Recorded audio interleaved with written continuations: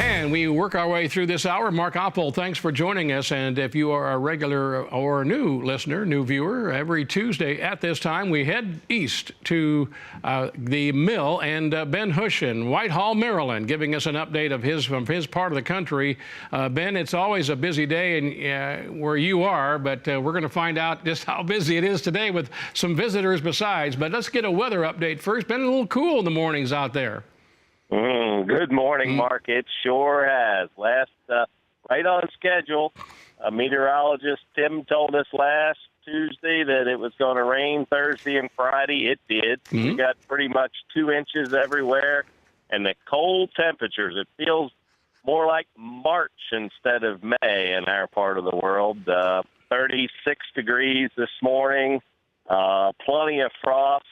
A lot of dew last night, no wind, and boy, that old man frost settled in heavy this morning. Let's take a look here. Yeah, you've got some pictures they've just taken here this morning and talk about some of the fields here that we're looking at. How close by is that for the mill? That was some of it up in the Delta, York County area. Some of the frost on corn, which is probably the last in that loop, was just right out on Whitehall Road, so between our store and the post office. Again, it pretty widespread, pretty consistent, 33, 35, 36-degree temperatures. Mark, we really dodged a bullet. We've shown there's some pictures. We're going to talk a little bit about small grain, wheat in specific, but when wheat is out in head or flowering, 2 hours, if we just have 2 hours of 30-degree temperature, we can have severe damage to our wheat yield. So we're feeling very blessed that we bottomed out in that 33, 35-degree range only for probably an hour or two. So we feel like we probably have not had any freeze damage last night.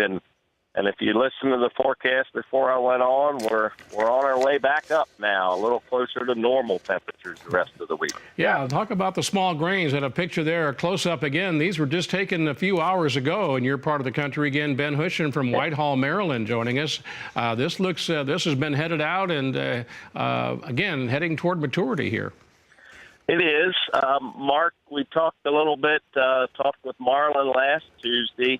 And honestly, if you compare last Tuesday's pictures to these, there's very little difference. I mentioned cold weather has come and pretty much has brought corn. There was some corn this morning that's kind of turned a little yellow, not from last night's frost, just that cold nights and cool days that began on Friday with a very cold rain. And that wheat, we suspect that it should be flowering by the end of this week, which would bring on a need for a head scab prevention application. And we're kind of wondering if that's going to get pushed off a few days just by this real cool temperature stretch. Before we let you go here, some important visitors to the mill today from the state of Pennsylvania. Share that with us here, Ben.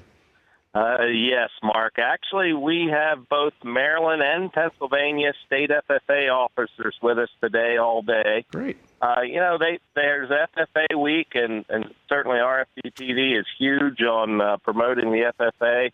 We're kind of taking a little different angle. We want to celebrate these groups year-round. Later in the week, we've got some leaders from 4-H going to spend the day touring our facilities, meeting some of the growers and customers right in the midst of it. We're doing a little fundraiser with it to try to encourage folks to support this group. Mark, when you get a chance to meet and talk with these folks, they're our future leaders, and they're leading now in their age group. And it's exciting. Both the folks from Pennsylvania and Maryland State FFA Association, they're leaders now. They're not future leaders, and it's exciting to support that group. Well, and thanks to you, Ben, and others like you that invite them to see, agribusiness in action at the mill here. I know it's a busy day. As you hang up the phone, you're going to be spending the rest of the day with them, and you're exactly right. It's impressive how these young men and women already, you feel good about the future of agriculture when you can spend a day with these 4-H and FFAers. That's for sure. It's a day we look forward to. We thought, golly, we shouldn't do it in May, but why not? I mean, farmers are running wide open, but they'll all stop and take a chance to talk to our future for a few minutes. Absolutely. Ben, thanks again. As always, we'll take a break here. I want to get the folks caught up here, but appreciate the pictures here, and hopefully Mother Nature a little more cooperative here as we talk to you a week from today. Mark, hope your viewers and listeners have a safe week. Thank you as well. Ben Hushon from the Mill joining us here from Whitehall, Maryland. We will take a break and come back and get you caught up in the grain and livestock futures trade. We continue on this Tuesday.